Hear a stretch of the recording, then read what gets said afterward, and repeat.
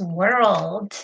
This is Angela, one of your founders, and we are starting this new series called Plugged In. It is not helping anyone if you join a bunch of different circles, social circles, whether they're virtual or in person, no matter the platform. You could be Facebook, LinkedIn, um, anywhere where you can join into community. It doesn't do anyone any good to get a membership card and then not engage, right? So this week, what we're chatting about is specifically Facebook groups for this week, but you can apply it to any group, right? Whether you have LinkedIn groups or a networking group, maybe you even meet in person when we are all doing that.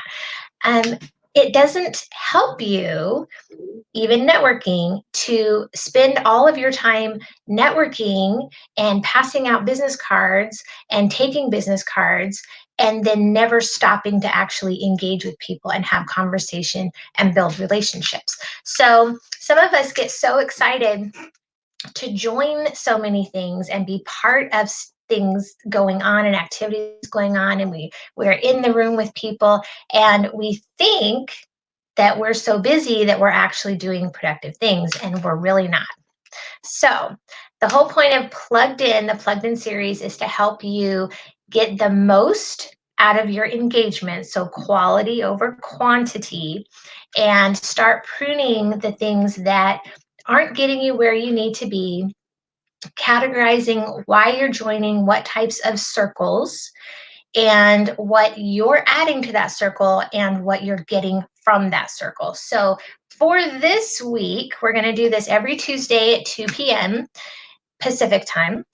For this week, what we're doing, what I'm looking at, and you're welcome to join me, is my Facebook groups. So to get started, I went to the Facebook features. So if you're in your Facebook page and you go all the way up to the top right, there is a question mark or a settings tab section. And if you click that and you go all the way down to the privacy settings, you can actually download all of the information about you that Facebook has. And within that, you have things that you can go through, like if you would like to know who's following you, there's a list of everyone who's following you. There's a list of all the people you're following. There's a list of your friends. There's also a list of groups that you have either at one point joined, whether you're in it or not anymore, it's still on that list, or even created groups. So today we're just talking about groups, but you can also go through and look at your friends list. Maybe you want to clean out your friends list. Maybe you want to know who's following you. The whole point of everything we talk about is to narrow down and make sure you're using the platforms to benefit your purpose, right? So if you're on here to be social and engage, you should be engaging and interacting and building relationship and getting to know the friends on your friends list. They shouldn't just be a list of names so you can say you have whatever number makes you excited of friends on your list. If you have 5,000 friends on your list and you don't know any of them, you really truly do not have friends on your list. What you have is a confusing gathering of people who are attached to your account and who are driving what Facebook says you can and cannot see, because you've told them these are the people that you know. Okay, so if you're not happy with your Facebook feed of things you're seeing and people who you want to see your stuff not seeing you, it's because you've told them misinformation through the friends you have, the groups you follow, people you follow, and your activity within all of those areas. Okay, so, but for today, reel it back in. We're just talking about groups. So don't get too distracted all over. Download what you need and then focus on that. Today we're looking at groups. When I downloaded my groups, now I joined Facebook about 4 years ago, And at first, I joined just to hang out and see pictures of true friends and family. So, very few friends on my Facebook list. And then when I decided to work for myself and I needed to branch out into virtual spaces because we were homeschooling, and so I needed to work from home and I couldn't get out and network all day like I had been. And I needed to figure out how to work the social media platforms better. So, of course, back then it was like join all the groups, and the more groups you join, the better you're seen. And then once you join the groups, take one post and just post it in all the groups. So literally, it would be the equivalent of running around town to all the networking meetings. And all I'm doing while I'm there is shuffling out my business cards to everyone at the meeting. I'm not talking to anybody. I'm just like, hi, I'm Angela, right? And leaving and going to the next meeting and same thing and going to the next meeting. So if all you're doing is joining a bunch of things, in person or virtual, and not engaging, just posting one random post or whatever you're posting, but never engaging, then that's the equivalent of what you're doing. You're driving by and throwing your business cards into the pool and hoping someone picks them up. So I don't know about you, that's not helping me a lot.